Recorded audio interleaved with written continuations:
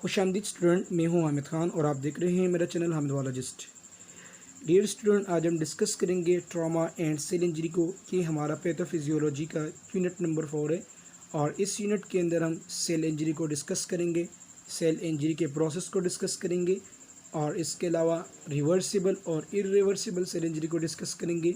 Mechanism of cell injury को discuss करेंगे, जैसे कि हाइपोक्सिया हो गया, फ्री रेडिकल हो गया, केमिकल, फिजिकल और न्यूट्रिशनल। इसके अलावा सेल डेथ को डिस्कस करेंगे, उसके मैकेनिज़्म को और नेक्रोसिस के टाइप्स को डिस्कस करेंगे और सिग्निफिकेंस ऑफ एपोप्टोसिस को डिस्कस करेंगे। तो सबसे पहले हम बेसिक कंसेप्ट सीखेंगे कि सेल इंजरी, ट्रॉमा और सेल इंजरी क्या होता है। सेल जो है वो रिस्पॉन्स देता है वेरियस स्टिमुलाई को, फिज़िकल स्टिमुलाई होते हैं या केमिकल स्टिमुलाई होते हैं।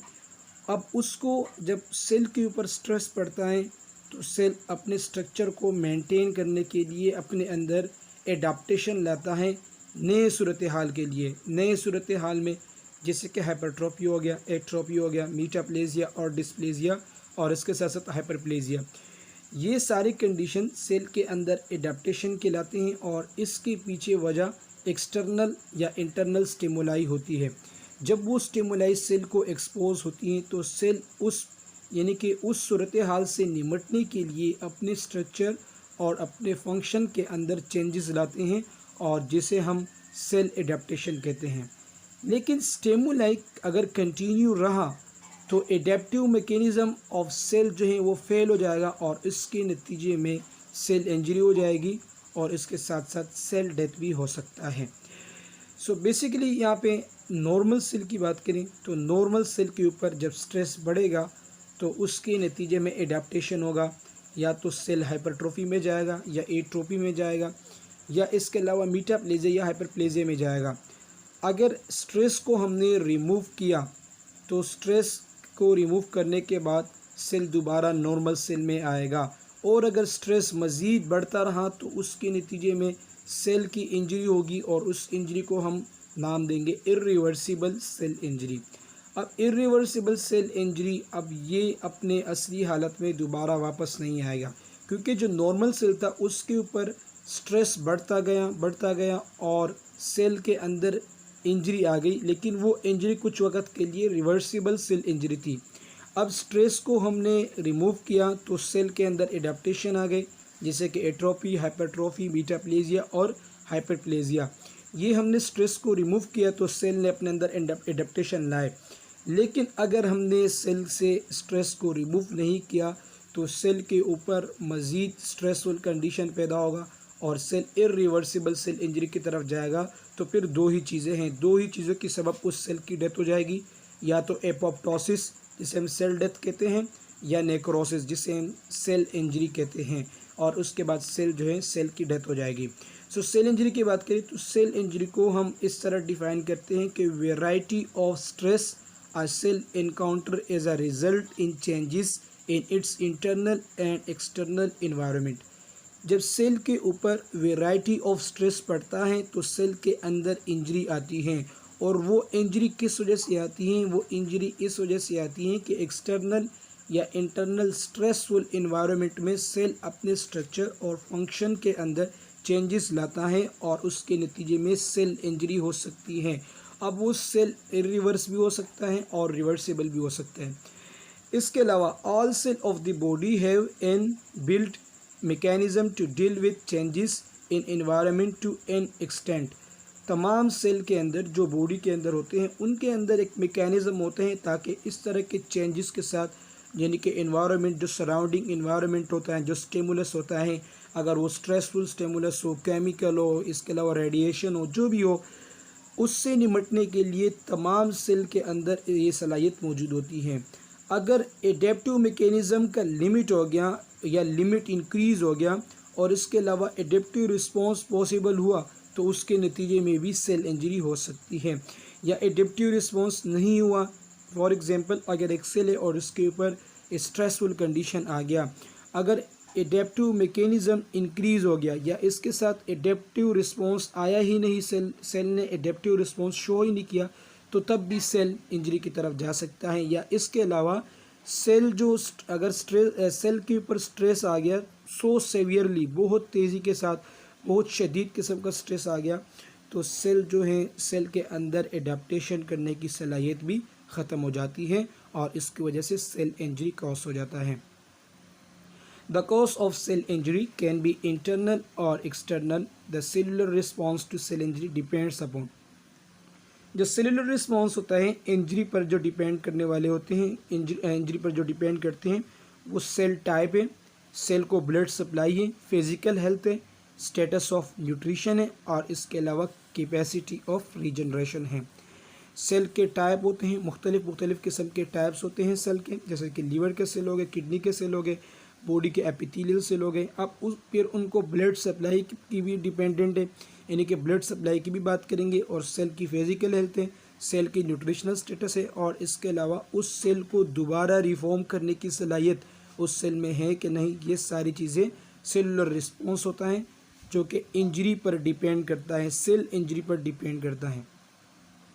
टाइप्स ऑफ सेल इंजरी की बात करें तो सेल इंजरी रिवर्सिबल भी हो सकता है और इरिवर्सिबल भी हो सकता है और ये डिपेंड करता है एक्सपोजर के ड्यूरेशन के ऊपर या इसके ऊपर, यानी कि एक्सपोजर का ड्यूरेशन क्या है, स्ट्रेसफुल कंडीशन का ड्यूरेशन क्या है।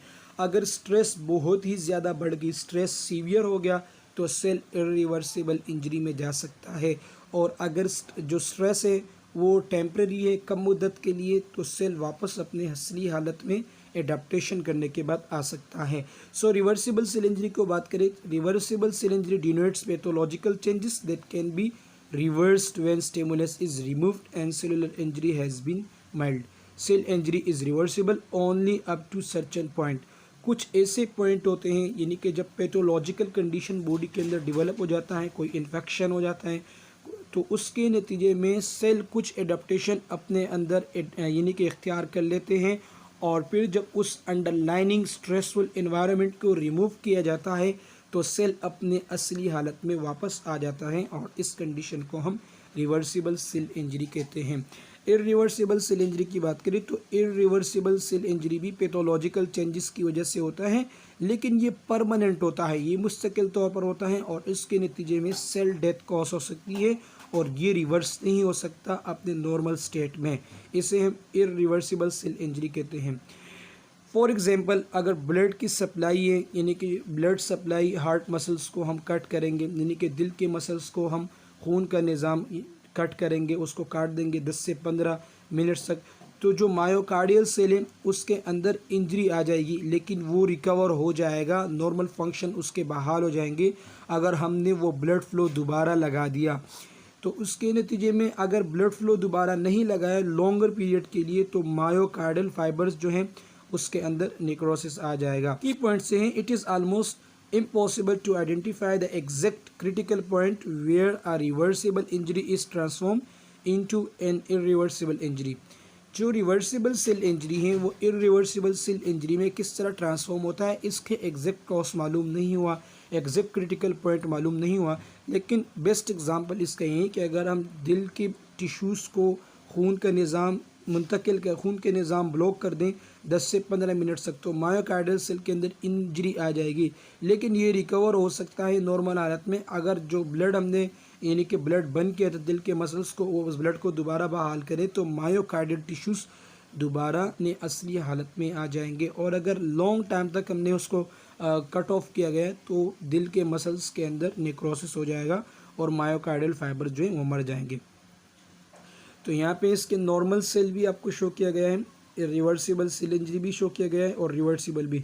नॉर्मल सेल की बात करें तो सेल का शेप भी नॉर्मल है और इसके अलावा सेल के अंदर जो ऑर्गेनील्स है वो भी नॉर्मल है, लेकिन रिवर्सिबल सेल इंजरी की बात करें यहाँ पर कुछ चेंजेस आई है, कुछ इवेंट्स हुए जिसमें सबसे पहले एंडोप्लाज्मिक रेटिक्यूलम के अंदर स्वेलिंग आई है, दूसरे नंबर पे माइटोकॉन्ड्रिया के अंदर स्वेलिंग आई है और इसके अलावा जो क्रोमाटीन है, जो जेनेटिक मटेरियल है, क्रोमोसोम्स की ब्रेकडाउन हो चुकी है, उसके अंदर क्लैंपिंग बनी है और उस क्लैंपिंग बनने के बाद सेल का जो इंटरनल स्ट्रक्चर है वो ख़राब हो गया है।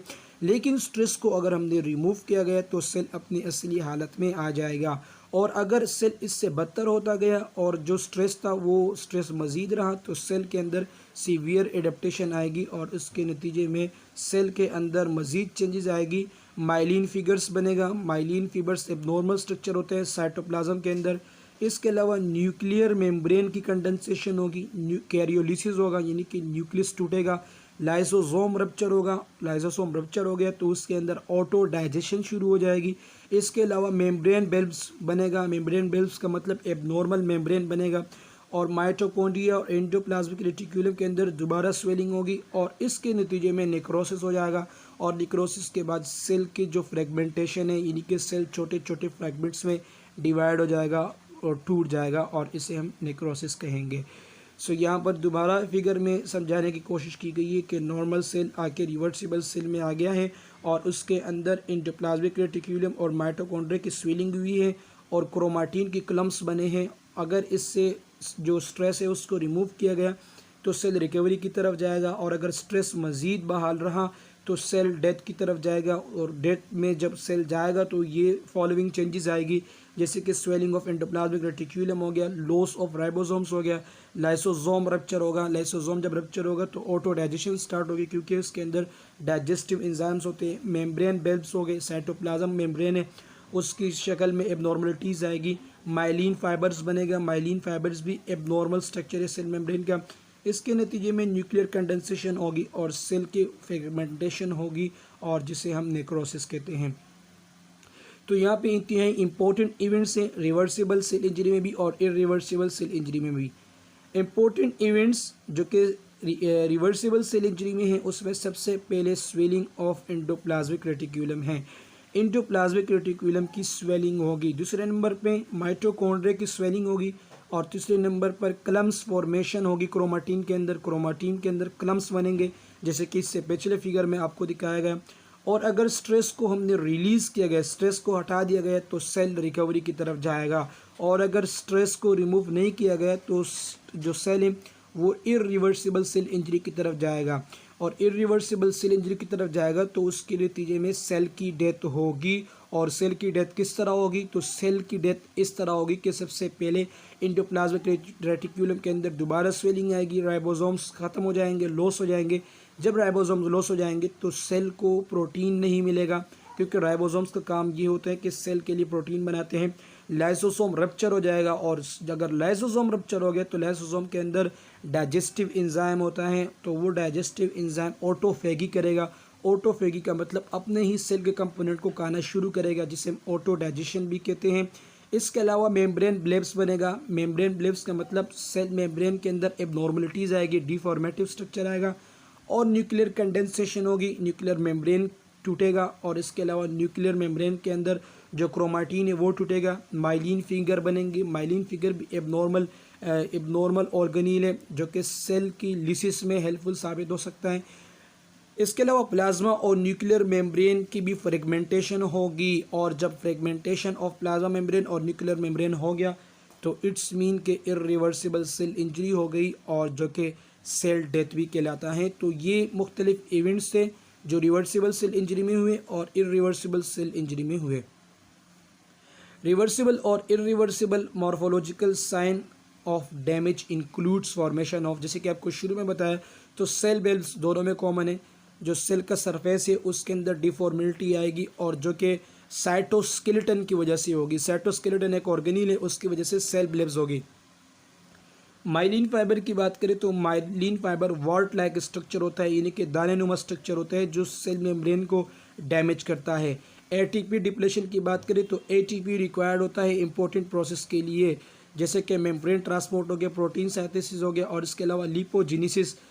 अगर डिप्लेशन हो गया तो इसका मतलब यानी कि एटीपी का लेवल ड्रॉप हो जाएगा और इसका मतलब ये हुआ कि बॉडी के अंदर सेल के अंदर जो यानी कि नॉर्मल फंक्शन था वो एबनॉर्मल हो गया, प्रोटीन सिंथेसिस नहीं होगी, इसके अलावा मेम्ब्रेन ट्रांसपोर्ट भी नहीं होगा और सेल डेथ की तरफ जाएगा।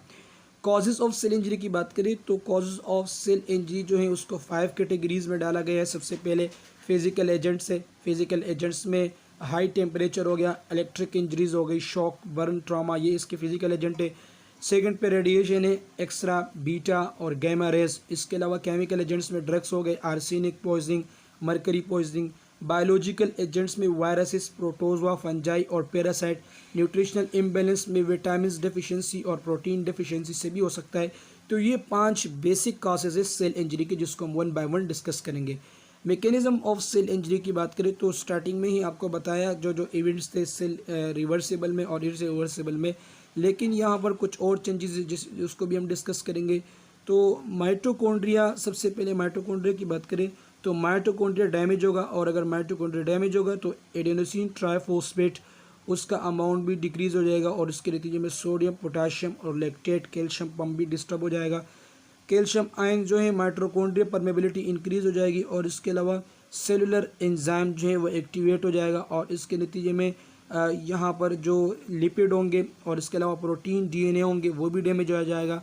मेम्ब्रेन डैमेज हो गए तो मेम्ब्रेन डैमेज होने के बाद प्लाज्मा मेम्ब्रेन जो है उसकी जो सेलुलर कंपोनेंट्स होंगे वो भी लॉस हो जाएंगे, और लाइसोसोम जब डैमेज हो जाएगा या लाइसोसोमल मेम्ब्रेन डैमेज हो जाएगा तो इसके नतीजे में जो enzymatic digestion of cellular component से वो टेक प्लेस होगा, क्योंकि लाइसोसोम डैमेज होने के बाद उसके अंदर डाइजेस्टिव एंजाइम होता है और सेल के अंदर डाइजेशन स्टार्ट हो जाएगी। इसके अलावा प्रोटीन के अंदर मिसफोल्डिंग होगी तो उसके नतीजे में डीएनए भी यानी कि डीएनए की भी डेथ हो जाएगी, और इसके नतीजे में प्रो एपोप्टोटिक प्रोटीन जो है वो बनना शुरू हो जाएंगे और सेल जो है एपोप्टोसिस की तरफ जाएगा। यहाँ पे इंजरियस एजेंट की बात करें तो यहाँ पे फ्री रेडिकल हो गए, जैसे कि O2 हो गए, हाइड्रोजन पेरोक्साइड हो गया या OH होगा, ये फ्री रेडिकल्स है। ये फ्री रेडिकल्स जो होंगे तो उसके नतीजे में ऑक्सीडेशन ऑफ सेल होगा, और स्ट्रक्चर और न्यूक्लियर और माइटोकॉन्ड्रिया के अंदर ऑक्सीडेशन होगी, यानी कि एबनॉर्मलिटीज फॉर्म होगी। या अगर हाइपोक्सिया हो गया, सेकंड पे हाइपोक्सिया है, या इस्कीमिया हो गया। हाइपोक्सिया मतलब बॉडी के अंदर ऑक्सीजन डिफिशिएंसी हो गई, और एस्कीमिया का मतलब कि ब्लड के अंदर ऑक्सीजन की कमी है, तो उसके नतीजे में माइटोकॉन्ड्रिया के अंदर एटीपी की डिप्लेशन होगी, एटीपी का अमाउंट गिरेगा। जब एटीपी का अमाउंट गिरेगा तो उसके नतीजे में सोडियम, पोटाशियम, एटीपेस पंप भी ख़राब हो जाएगा, वो भी एबनॉर्मल हो जाएगा। तो बॉडी के अंदर सेल के अंदर ट्रांसपोर्ट मैकेनिज्म डिस्टर्ब हो जाएगा, और इसके अलावा इनफ्लक्स सोडियम और H2 यानी कि इंट्रासेलुलर कंपोनेंट्स में सोडियम और वाटर की अमाउंट इंक्रीज़ होंगे, और जब ये इंक्रीज होंगे तो सेल के अंदर एक्सेस वॉल्यूम होगा, सेल के अंदर एक्सेस वॉल्यूम एफिशिएंट होगा, तो उसके नतीजे में सेल की डेथ हो सकती है। एटीपी डिप्लेशन में एनारोबिक मेटाबॉलिज्म होगा, ऑक्सीजन नहीं मिलेगा, CO2 बनेगा। फैक्टर में डी अटैचमेंट ऑफ राइबोसोम से प्रोटीन सिंथेसिस डिक्रीज हो जाएगी, और लिपिड डिपोजिशन भी डिक्रीज हो जाएगी। इसके अलावा थर्ड पे इंट्रासेलुलर कैल्शियम लेवल भी इंक्रीज हो जाएगा। कैल्शियम लेवल जो 8.5 से 12.5 ये नॉर्मल रेंज है इसका, तो जब ये रेंज इंक्रीज हो जाएगा तो इसके नतीजे में inappropriate activation of enzyme activate हो जाएगा, जिसकी वजह से सेल ऑर्गेनील डैमेज हो जाएगी, साइटोस्केलेटन, सेल मेम्ब्रेन, और इसके अलावा एटीपी डिप्लेशन होगा, और फ्रेगमेंट ऑफ क्रोमाटीन यानी कि क्रोमोलिसिस होगा, क्रोमाटीन टूटेंगे। तो ये इसके इंजरियस एजेंट्स है जो आपको स्टेप बाय स्टेप डिस्कस किए। मैकेनिज्म ऑफ सेल इंजरी की बात करें तो यहाँ पर 3 मेजर मैकेनिज्म है जो कि मोस्ट इंजरियस एजेंट से यानी कि जो सेल है उससे मोस्टली इंजर्ड होता है। सबसे पहले पे फ्री रेडिकल को डिस्कस करेंगे। They are a chemical species that possesses an unpaired electron in outer valence shell of the molecules. Free radical के अंदर अनपेयर्ड इलेक्ट्रॉन होते हैं आउटर वैलेंस शेल में, और ये हाईली रिएक्टिव होते हैं for stability. They react with other to gain electron. ये किसी भी एटम के साथ रिएक्ट करके इलेक्ट्रॉन गेन करते हैं ताकि ये स्टेबल हो जाए। This free radical use destruction of phospholipids in cell membrane resulting in loss of membrane integrity. ये फ्री रेडिकल्स सेल की यानी कि जो सेल मेम्ब्रेन के अंदर फॉस्फोलिपिड्स होता है उसको डिस्ट्रक्शन करता है, उसको डिस्ट्रॉय करता है, और उसकी जो मेम्ब्रेन इंटीग्रिटी होती है उसको लॉस कर देते हैं। रेडिकल्स प्रोटीन के ऊपर अटैक करते हैं पार्टिकुलरली, और इसके अलावा क्रिटिकल एंजाइम के ऊपर अटैक करते हैं जो कि वाइटल प्रोसेस के अंदर इंटरप्ट कर सकते हैं। फ्री रेडिकल जो हैं वो डीएनए को भी तोड़ सकते हैं, डीएनए के अंदर भी म्यूटेशन कर सकते हैं, और जब ये फ्री रेडिकल स्मॉल अमाउंट में होते हैं, when these free radicals are in small amount the cell have some antioxidant. अगर ये स्मॉल अमाउंट में ये यहाँ पर अगर फ्री रेडिकल आ गए तो सेल के अंदर स्मॉल एंटीऑक्सीडेंट होते हैं, जैसे कि विटामिन ए, विटामिन सी और विटामिन ई, जो कि न्यूट्रलाइज करते हैं इस रेडिकल्स को। और यहाँ पर हायर यानी कि इसको व्हेन इट गेट हायर, जब हायर यहाँ पर फ्री रेडिकल्स आते हैं तो इसके अंदर ऑक्सीडेटिव स्ट्रेस, सेल के अंदर ऑक्सीडेटिव स्ट्रेस कॉज करता है और सेल के अंदर यहाँ पर इंजरी हो जाती है। Causes are reduction, oxidation reaction, इसके कॉजेज़ में reduction, oxidation reaction, X-ray, ultraviolet lights और इन्फ्लेमेशन वगैरह शामिल है। तो यहाँ पे cell attack by free radicals के ज़रिए आप देख सकते हो मुख्तलिफ़ किस्म के फ्री रेडिकल्स है जो कि सेल के ऊपर अटैक कर रहे हैं और सेल मेम्ब्रेन को डैमेज करने की कोशिश करते हैं। यहाँ पर ऑक्सीजन डिप्रीवेशन की बात करेंगे, हाइपोक्सिया की बात करेंगे।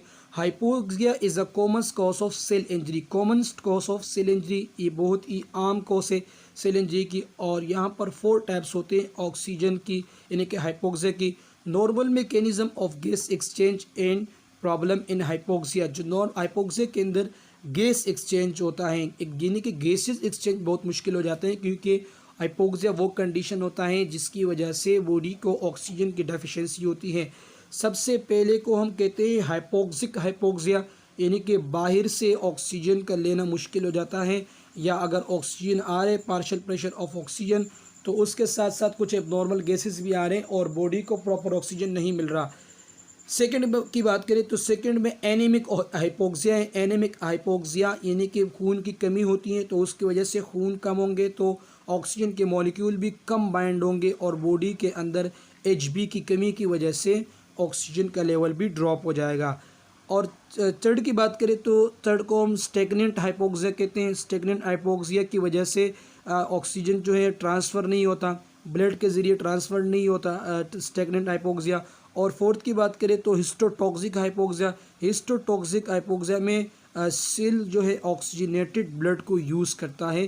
तो ये 4 हाइपोक्सिक कंडीशन है जिसकी वजह से भी सेल इंजरी हो सकती है। सबसे पहले हम हाइपोक्सिया की बात करेंगे। हाइपोक्सिया जो है इनएडिक्वेट amount of oxygen in air, यानी कि जब हवा में ऑक्सीजन का अमाउंट कम हो जाता है तो इसकी वजह से बॉडी को प्रॉपर ऑक्सीजन नहीं मिलता और इसके नतीजे में एस्कीमिया हो जाता है। ब्लड फ्लो के अंदर तो एस्कीमिया हो जाता है और इसके अलावा बॉडी के अंदर हाइपोक्सिया हो जाता है।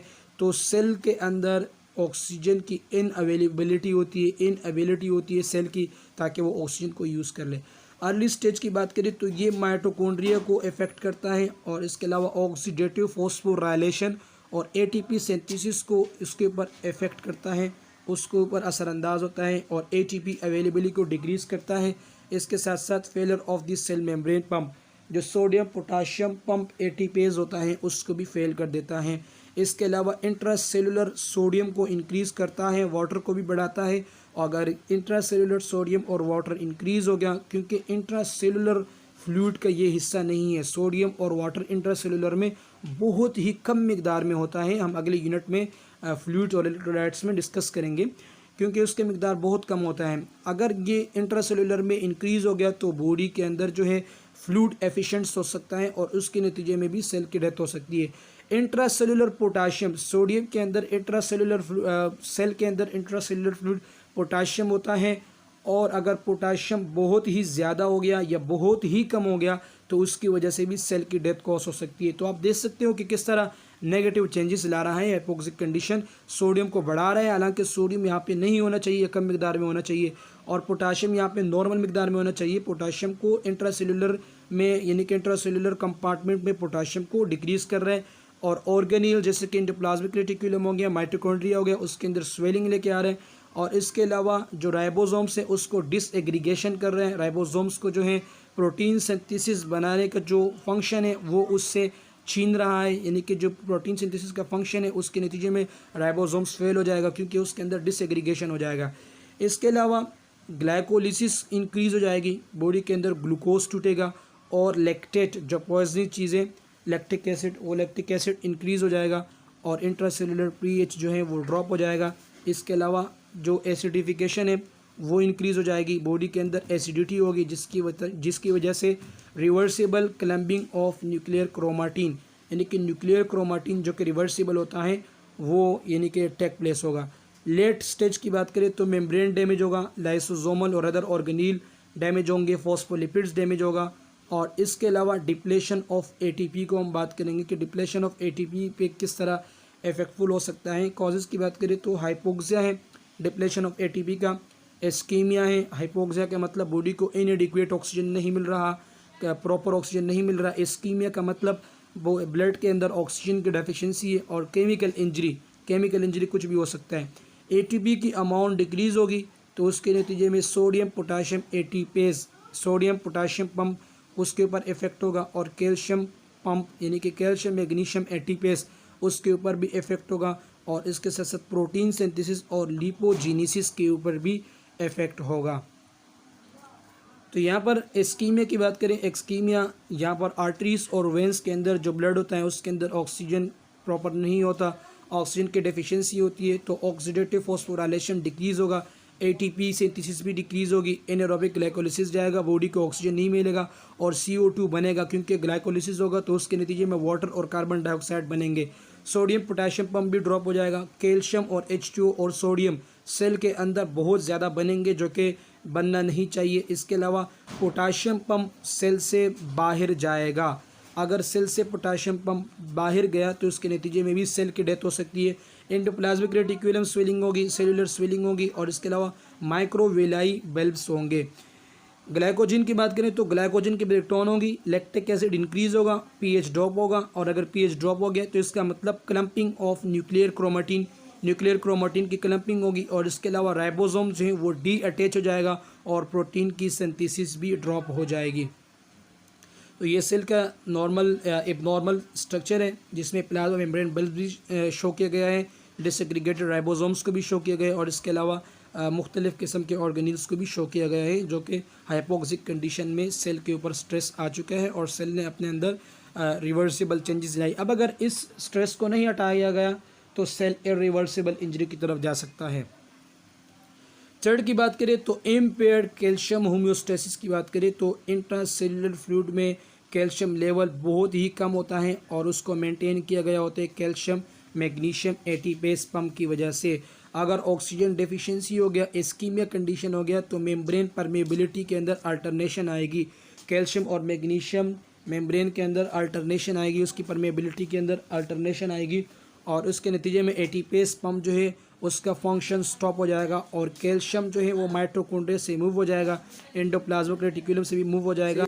जो कैल्शियम मैग्नीशियम एटीपेज पंप है उसका फंक्शन डिस्टर्ब हो गया, क्योंकि उसकी परमेबिलिटी के ऊपर इफेक्ट आ गया, और इस एक्स्ट्रा सेलुलर फ्लूइड से यहाँ पर कैल्शियम की अमाउंट जाएगा और इंट्रासेलुलर फ्लूइड के अंदर एक्यूमुलेट होगा, माइटोकॉन्ड्रिया से भी जाएगा, एंडोप्लाज्मिक रेटिकुलम से भी जाएगा, और इसके नतीजे में कैल्शियम लेवल इंक्रीज़ हो जाएगा, जो कि एंजाइम की एक्टिविटी के अंदर अल्टरनेशन लाएगा, जिसकी फॉस्फोलाइपेसिस हो गया, प्रोटीएसिस हो गए, एटीपीएस हो गया, और इसके अलावा इंडोन्यूक्लियासिस हो गई। अब जब इस एंजाइम के अंदर अल्टरनेशन आएगी तो फॉस्फोलिपिड्स जो है उसकी डाइजेशन होगी, प्रोटीन की डाइजेशन होगी, और इसके साथ साथ एटीपीएस और इंडोन्यूक्लियासिस की। यहाँ पर अल्टरनेशन इन एंजाइम एक्टिविटी जो है सेल के अंदर डिजनरेशन होगी, यानी कि डिग्रेडेशन होगी, जिससे कि फॉस्फोलिपिडेसिस हो गए, डिग्रेड करेगा मेम्ब्रेन फॉस्फोलिपिड्स को, उसको डाइजेस्ट करेगा। इसके अलावा ये यहाँ पर साइटोस्केलेटन के प्रोटीन को, प्रोटीएज साइटोस्केलेटन प्रोटीन को डिग्रेड्स करेगा।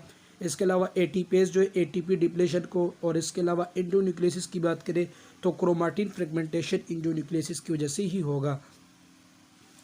तो यहाँ पर कैल्शियम एक्स्ट्रा सेलुलर फ्लूइड से इंट्रा सेलुलर फ्लूइड की तरफ आ रहा है, तो साइटोसोलिक कैल्शियम की जो मेम्ब्रेन है यानी कि परमेबिलिटी है वो इंक्रीज़ हो गया, इसकी वजह से फॉस्फोलाइपेजेस की एक्टिविटी डिक्रीज़ हो जाएगी, और डिक्रीज फॉस्फोलाइपेड्स की एक्टिविटी की वजह से मेम्ब्रेन डैमेज होगा, और इसके साथ साथ प्रोटीएज की एक्टिविटी भी डिक्रीज़ हो जाएगी, और साइटोस्केलेटल प्रोटीन की डाइजेशन होगी, एंडोन्यूक्लियसिस की एक्टिविटी भी डिक्रीज़ हो गई, तो उसके नतीजे में भी न्यूक्लियस के जो क्रोमाटिन है वो डैमेज हो जाएंगे, क्योंकि कैल्शियम एक्स्ट्रा सेलुलर से भी आ रहा है, माइटोकॉन्ड्रिया से भी आ रहा है, और एंडोप्लाज्मिक रेटिकुलम से भी आ रहा है। तो यहाँ पर चार चीज़ों के ऊपर इफेक्ट कर रहा है, एटीपेज के ऊपर इफेक्ट कर रहा है, फॉस्फोलाइपेजेस के ऊपर इफेक्ट कर रहा है, प्रोटीएजेस के ऊपर इफेक्ट कर रहा है, और इंडोन्यूक्लियासिस के ऊपर। एटीपेजेस के ऊपर इफेक्ट होगा तो एटीपी डिक्रीज़ होगी, फॉस्फोलाइपेजेस के ऊपर इफेक्ट होगा तो फॉस्फोलिपिड्स डिक्रीज़ होगा, और मेम्ब्रेन डैमेज होगा, प्रोटीएसिस के ऊपर इफेक्ट होगी तो साइटोस्केलेटन प्रोटीन डाइजेस्ट होंगे, उसके ऊपर इफेक्ट होगा, तो उसकी वजह से भी मेम्ब्रेन डैमेज होगा, और इंडोन्यूक्लियोसिस की वजह से क्रोमाटिन की फ्रेगमेंटेशन होगी। सेल डेथ की बात करें तो अगर इंजरी जो है सेल के ऊपर इरिपेयरेबल हो गया, उसको रिपेयर करने की सलाहियत सेल के अंदर ख़त्म हो गई, या स्ट्रेस को रिमूव नहीं किया गया, तो इवेंचुअली सेल के अंदर डेथ होगी। और यहाँ पे 2 किस्म के सेल डेथ हैं, सबसे पहले को हम एपोप्टोसिस कहते हैं और सेकंड को हम नेक्रोसिस कहते हैं। एपोप्टोसिस को हम यहाँ पर सेल डेथ कहते हैं, और ये रिवर्सिबल स्टेज हो सकता है, लेकिन अगर स्टेज को यहाँ पे जो यानी कि जो स्ट्रेस है उसको रिमूव किया गया, अगर रिमूव नहीं किया गया तो सेल डेथ हो जाएगी परमानेंटली। और रिवर्सिबल की बात करें तो रिवर्सिबल में सेल इंजरी हो गया यानी कि नेक्रोसिस हो गया, ये किसी भी पैथोलॉजिकल और स्ट्रेसफुल कंडीशन की वजह से हो सकता है। एपोप्टोसिस की बात करें तो एपोप्टोसिस को हम प्रोग्राम सेल डेथ कहते हैं और ये रेगुलेट होता है बॉडी के अंदर, ये रेगुलेटेड प्रोसेस होता है जाके सेल्फ डिग्रेड यानी कि सेल खुद ही सेल्फ डिग्रेड हो जाता है, खुद ही इसके अंदर ऑटो डाइजेशन हो जाती है और सेल की जो इंटरनल ऑर्गेनिल्स होते हैं उनके अंदर श्रिंकेज आ जाती है और डिसफंक्शनल सेल जो होता है या अनवांटेड सेल होते हैं उसके अंदर एपोप्टोसिस होता है। Morphological feature of apoptosis include cell के अंदर श्रिंकेज होगी, क्रोमेटिन कंडेंसेशन होगी और इसके अलावा फ्रेगमेंटेशन होगा और ऑर्गेनिल्स रिडक्शन होंगे, इसके अलावा माइटोकॉन्ड्रियल लीकेज होगी, क्रोमेटिन कंडेंसेशन होगी, न्यूक्लियर फ्रेगमेंटेशन होगी और इसके बाद यहाँ पर एपोप्टोसिस कंप्लीट हो जाएगा। फॉर्मेशन ऑफ साइटोप्लाज्मिक बल्ब की बात करें और इसके अलावा एपोप्टोटिक बॉडी की बात करें तो फेगोसाइटोसिस यानी कि यहाँ पे जो आपको स्टार्टिंग में बताया ये सारे इसके अंदर फीचर्स हैं, ये स्टेप बाय स्टेप होंगे। साइटोप्लाज्मिक बल्ब होगा और इसके अलावा एपोप्टोटिक बॉडीज़ बनेंगे, फेगोसाइटोसिस, फिर उसके बाद फेगोसाइटोसिस होगा एपोप्टोटिक बॉडी का और मैक्रोफेजिस की वजह से जो बॉडी के जो इम्यून सेल होंगे इसके अंदर इन्फ्लेमेशन नहीं होगी। For example differentiation of finger and toes in a developing human embryo occurs because cell between the fingers apoptose. The result is that digests are separate. यानी कि जब बच्चे पैदाइश होता है तो उसके हाथों और पाँव के दरमियान, उंगलियों के दरमियान यहाँ पे गोश्त होता है एक्स्ट्रा और वक्त के साथ साथ उसकी एपोप्टोसिस हो जाती है। तो ये सारे इसके स्टेप वाइज मैकेनिज्म है एपोप्टोसिस के। और अनलाइक नेक्रोसिस सेल डाई होता है स्वेलिंग की वजह से, बस्टिंग की वजह से और उसके एरिया के अंदर यानी कि अनडिज़ायरेबल कंडीशन हो जाते हैं और उसके नतीजे में इन्फ्लेमेशन होती है। एपोप्टोसिस इंतहाई क्लीन और कंट्रोल प्रोसेस होता है और यहाँ पर सेल को स्ट्रिक्टली ऑब्जर्वेशन में रखा गया होता है और मेम्ब्रेन के अंदर ही रखा गया होता है और इसको मेम्ब्रेन के अंदर ही डिग्रेड किया जाता है।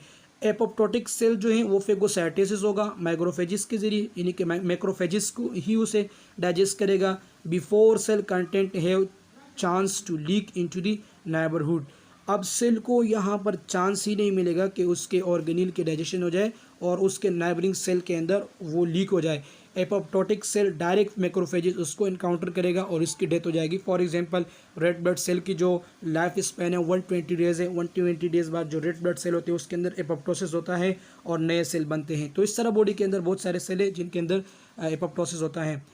प्रोसेस की बात करें एपोप्टोसिस की तो during apoptosis the cell almost start the death cycle by activating the endogenous enzyme which result in cell shrinkage. Apoptosis के दौरान सेल इंडोजीनियस एंजाइम को एक्टिवेट करता है जिसकी वजह से सेल के अंदर श्रिंकेज होती है, साइटोस्केलेटन जो है वो डिसरप्टेड हो जाता है, साइटोप्लाज्मिक ऑर्गेनील के अंदर कंडेंसेशन आती है, इसके अलावा सेल मेम्ब्रेन के अंदर बल्ब आता है, न्यूक्लियर और डीएनए के अंदर क्लम्पिंग आता है, श्रिंकेज होती है न्यूक्लियस की और न्यूक्लियर फ्रेगमेंटेशन होती है और इसके नतीजे में सेल जो है डिवाइड हो जाते हैं मल्टीपल फ्रेगमेंट्स में और उसको मेम्ब्रेन कवर कर लेता है और ये मेम्ब्रेन जो है ये फ्रेगमेंट्स जो हैं ये फेगोसाइटिक सेल की वजह से फेगोसाइटिक सेल जो है उसको इनगल्फ करते हैं और यहाँ पर कंप्लीट डिग्रेडेशन हो जाती है, एपोप्टोसिस का प्रोसेस कंप्लीट हो जाता है।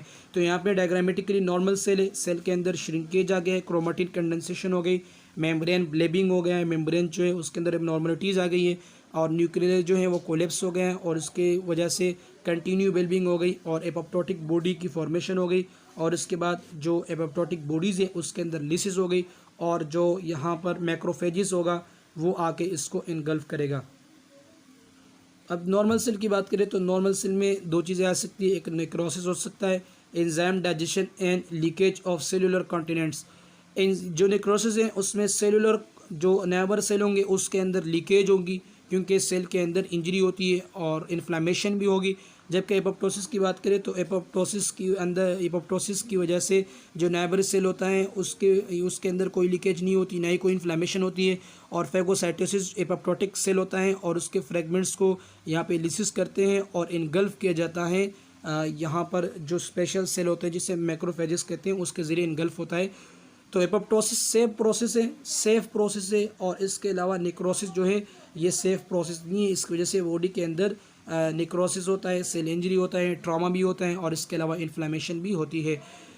तो यहाँ पे इसके डिफरेंस हैं। सेल के साइज़ में, न्यूक्लियस में, प्लाज्मा मेम्ब्रेन में, सेलुलर कॉन्टिनेंट में और एडजेसेंट इन्फ्लेमेशन में और फिजियोलॉजिकल और पैथोलॉजिकल रूल में। नेक्रोसिस के अंदर सेल का साइज़ इनलार्ज हो जाता है, स्वेल हो जाता है और एपोप्टोसिस में श्रिंक कर जाता है, जिसे हम रिड्यूस कहते हैं। न्यूक्लियस की फाइकोनिसिस होती है, कैरियोरेसिस होती है और इसके अलावा कैरियोलिसिस होती है, ब्रेकडाउन होता है। जबकि एपोप्टोसिस के अंदर फ्रेगमेंटेशन होती है, छोटे छोटे न्यूक्लियोसोम्स में छोटे छोटे न्यूक्लियस बनते हैं, छोटे छोटे फ्रेगमेंट्स बनते हैं। नेक्रोसिस में प्लाज्मा मेम्ब्रेन डिसरप्टेड हो जाता है और एपोप्टोसिस में अल्टरनेशन आती है स्ट्रक्चर में, यानी कि बल्ब्स बन जाते हैं। एंजाइमेटिक डाइजेशन हो जाती है और लीक भी हो जाता है नेक्रोसिस में, जबकि एपोप्टोसिस में एपोप्टोटिक बॉडी रिलीज़ होती है और फिर उसकी इनगल्फमेंट होती है मैक्रोफेजेस के ज़रिए। इसके अलावा जो एडजेसेंट इन्फ्लामेशन होती है तो नेक्रोसिस में एडजेसेंट इन्फ्लामेशन यानी कि इन्फ्लामेशन होती है, एपोप्टोसिस में नहीं होता। और नेक्रोसिस ऑलवेज पैथोलॉजिकल प्रोसेस की वजह से होता है और एपोप्टोसिस जो है ये प्रोग्राम सेल डेथ होता है और ये हमेशा फिजियोलॉजिकल कंडीशन की वजह से एसोसिएट नहीं होता। नेक्रोसिस की बात करें तो नेक्रोसिस जो है सेल डेथ को कहते हैं और ऑर्गन, टिश्यू और इसके अलावा लिविंग पर्सन के ऑर्गेनील्स को उसके अंदर जब डेथ हो जाती है इंजरी की वजह से तो उसे हम नेक्रोसिस कहते हैं। नेक्रोसिस और एपोप्टोसिस में बहुत ज़्यादा डिफरेंस है जो आपको स्टार्टिंग के डिफरेंशिएट फिगर में दिखा दिए गए। जो अनरेगुलेटेड एंजाइम होते हैं उसकी वजह से सेल के कंपोनेंट डाइजेस्ट हो जाते हैं नेक्रोसिस में। इसके अलावा सेल मेम्ब्रेन लॉस हो जाता है, उसके अंदर इंटीग्रिटी भी लॉस हो जाती है और इसके अलावा जो प्रोडक्ट होते हैं अनडिज़ायरेबल प्रोडक्ट वो रिलीज़ हो जाते हैं, जिसकी वजह से सेल की डेथ हो जाती है, क्योंकि प्रोडक्ट्स एक्स्ट्रा सेलुलर से इंट्रा सेलुलर स्पेस में आता है। जैसे कि कैल्शियम के बारे में हमने बताया, फिर वो माइटोकॉन्ड्रिया भी रिलीज़ करता है, इसके अलावा एंडोप्लाज्मिक रेटिकुलम भी रिलीज़ करता है। तो बॉडी के अंदर सेल के अंदर इंट्रा सेलुलर फ्लूइड के तौर पे कैल्शियम के अमाउंट जो है वो इंक्रीज़ हो जाता है और नतीजतन ये होता है कि बॉडी के अंदर कैल्शियम एफिशिएंट हो जाता है और नेक्रोसिस हो जाता है और इसके नतीजे में इन्फ्लामेटरी रिस्पॉन्स जो है वो इनिशिएट होता है। कोगुलेशन नेक्रोसिस की बात करें, क्लासिफिकेशन में सबसे पहले कोगुलेशन नेक्रोस आता है। कोगुलेशन नेक्रोसिस की बात करें तो एसिडोसिस कंडीशन में एंजाइम जो है डीनेचर हो जाते हैं और उसके प्रोटीन के स्ट्रक्चर में जो है इम्पेयर्ड आ जाता है, प्रोटीन के स्ट्रक्चर ख़राब हो जाते हैं इस्चेमिया और इसके अलावा इन्फेक्शन के दौरान, यानी कि ऑक्सीजन की डेफिशिएंसी की वजह से या हार्ट अटैक के दौरान, तो उस दौरान ब्लड जो है वो क्लॉट हो जाता है और ये कॉमन पैटर्न है इस्चेमिक नेक्रोसिस का और इसमें मायोकार्डियम, किडनी, लीवर और अदर ऑर्गन्स के अंदर ये कॉमन होता है कोगुलेशन नेक्रोसिस। यहाँ पर कोगुलेट बनता है, क्लॉट बनता है, उसकी वजह क्या होती है? उसकी वजह एसिडोसिस होता है। एसिडोसिस की वजह से जो एंजाइम होते हैं, जो प्रोटीन होते हैं, उसके अंदर एबनॉर्मलिटीज़ आ जाती है और ब्लड के अंदर कोगुलेशन हो जाता है, तो इसे हम कोगुलेशन नेक्रोसिस कहते हैं। तो किडनी कोगुलेटिव नेक्रोसिस को आप देख सकते हो कि किस तरह यहाँ पे किडनी के अंदर कोगुलेशन हो चुका है। लिक्विफिकेशन नेक्रोसिस की बात करें, form of necrosis in dead tissue turns into liquid substances. जो लिक्विफिकेशन है, जो लिक्विफिकेशन नेक्रोसिस जो है ये एक किस्म का नेक्रोसिस है जो कि डेड टिश्यूज़ में आता है और इसमें सेल जो है लिक्विड सब्सटेंसेस में कन्वर्ट होता है।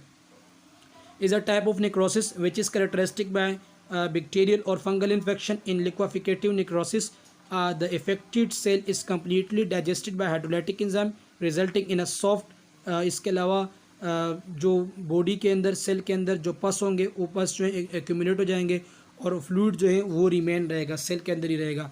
तो लिक्विफिकेशन लिक्वा को कहते हैं और लिक्विफिकेशन नेक्रोसिस में बैक्टीरिया, वायरसेस और पैरासाइट्स की वजह से सेल के अंदर इन्फेक्शन होता है और सेल के अंदर पे लिक्विड रहते हैं, क्योंकि हाइड्रोलाइटिक एंजाइम एक्टिवेटेड हो जाता है और उसकी वजह से जो हाइड्रोलाइटिक एंजाइम होते हैं वो सेल के नॉर्मल स्ट्रक्चर को डाइजेस्ट करता है और लिक्विड रह जाते हैं, लिक्विड सब्सटेंसेस में सेल कन्वर्ट हो जाता है और इसे हम लिक्विफिकेशन नेक्रोसिस कहते हैं। इसके बाद थर्ड पर सीजियस नेक्रोसिस है। सीजियस नेक्रोसिस की बात करें तो ये नेक्रोसिस जो है ये एसोसिएटेड होता है सेल लीजन की वजह से, सेल के ऊपर यानी कि स्ट्रेसफुल कंडीशन आ जाता है या इम्यून मैकेनिज्म की वजह से, और ये अपेयर्ड हो जाता है, सेल जो है सॉफ्ट अपेयर्ड हो जाते हैं और इसके अलावा फेरेबल और चीज़ी मटेरियल की तरह अपेयर हो जाता है और ये टीबी इन्फेक्शन का अहम करेक्टर है। सीजियस नेक्रोसिस जो है ये टीबी इन्फेक्शन का मोस्ट एग्जाम्पल है। एंजाइमेटिक फैट नेक्रोसिस की बात करें तो एंजाइमेटिक फैट नेक्रोसिस जो है ये नेक्रोसिस की एक हालत है, एक नेक्रोसिस की एक स्टेट है जो कि फैट को जो डाइजेस्टिव एंजाइम होते हैं उसकी वजह से फैट डाइजेस्ट हो जाते हैं बहुत ही ज़्यादा, और इसके नतीजे में फैट के अंदर एंजाइमेटिक फैट नेक्रोसिस होता है। In fat necrosis the enzyme lipase अगर इंक्रीज होगा तो उसकी वजह से फैटी एसिड जो है वो ट्राइग्लाइसराइड से रिलीज हो जाएंगे, और ये फैटी एसिड जो है ये कॉम्प्लेक्स यानी कि जो फैटी एसिड है वो कॉम्प्लेक्स कैल्शियम में जो है फॉर्म हो जाएंगे। जो कॉम्प्लेक्स कैल्शियम होता है यानी कि जिसे हम सपोनिफिकेशन भी कह सकते हैं, उस कैल्शियम के साथ बाइंड करके सोप लाइक स्ट्रक्चर बनेगा, जागनुमा स्ट्रक्चर बनाएगा, और ये सोप जो है वाइट चौकी डिपॉजिट की तरह अपीयर होते हैं, और ये यूजुअली एसोसिएटेड होता है ट्रॉमा ऑफ पेनक्रियास। पेनक्रियास के अंदर इन्फेक्शन हो गया, पेनक्रियाटाइटिस हो गया, क्योंकि यहाँ पे जो लाइपेज है, लाइपेज बहुत ज़्यादा रिलीज़ होगा, फैटी एसिड ज़्यादा से ज़्यादा डाइजेस्ट होते जाएंगे, और इसके नतीजे में जो फैटी एसिड रिलीज़ होंगे तो वो कैल्शियम के साथ बाइंड करेगा और सोप बनाएगा, और उसके नतीजे में यहाँ पर वाइट चौकी नेक्रोसिस होगा जिसे हम एंजाइमेटिक फैट नेक्रोसिस कहते हैं। सो आई होप कि आपने इस लेक्चर को इतनी आसानी के साथ गेन किया होगा। इस लेक्चर से रिलेटेड कोई भी क्वेश्चन हो आप कमेंट सेक्शन में कर सकते हो।